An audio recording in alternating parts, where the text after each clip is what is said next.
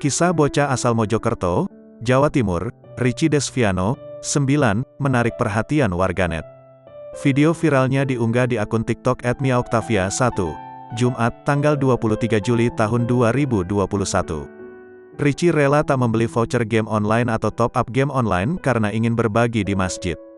Saat diberi uang oleh sang ibu, bocah itu berniat mengembalikan dan memilih batal top-up game online. Uang tersebut ingin digunakan untuk membeli makanan yang akan dibagikan kepada jemaah masjid. Sang ibu, Mia Oktavia, 27, mengatakan Richie berbagi makanan di masjid pada Jumat, tanggal 23 Juli tahun 2021, lalu.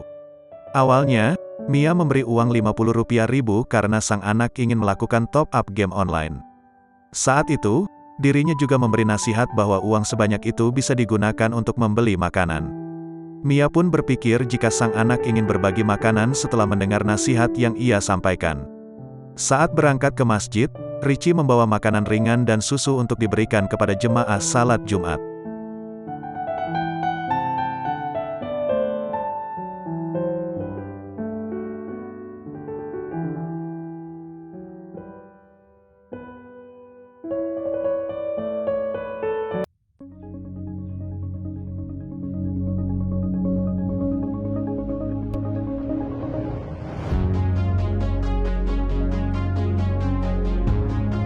Video seorang pemuda menggunakan karpet terbang Aladin dan membagikan bantuan kepada warga Bandung Tengah viral sejak kemarin.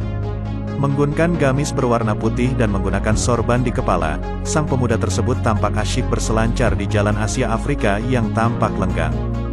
Berkeliling dengan selancar yang dimodifikasi menjadi karpet terbang ini tidak sendiri, ia tampak ditemani remaja lainnya yang menggunakan skateboard. Salah satunya adalah yang dilakukan oleh Fadli Maulana Ibrahim, seorang pemuda yang memberikan bantuan donasi dan menjadi Aladin. Fadli mengatakan ide menggunakan kostum Aladin dan berbagi donasi ini sebenarnya sudah ia lakukan sejak 2 tahun lalu. Ketika dihubungi melalui sambungan telepon, Fadli menceritakan ide menggunakan kostum Aladin ini mulai ketika di awal muncul virus corona.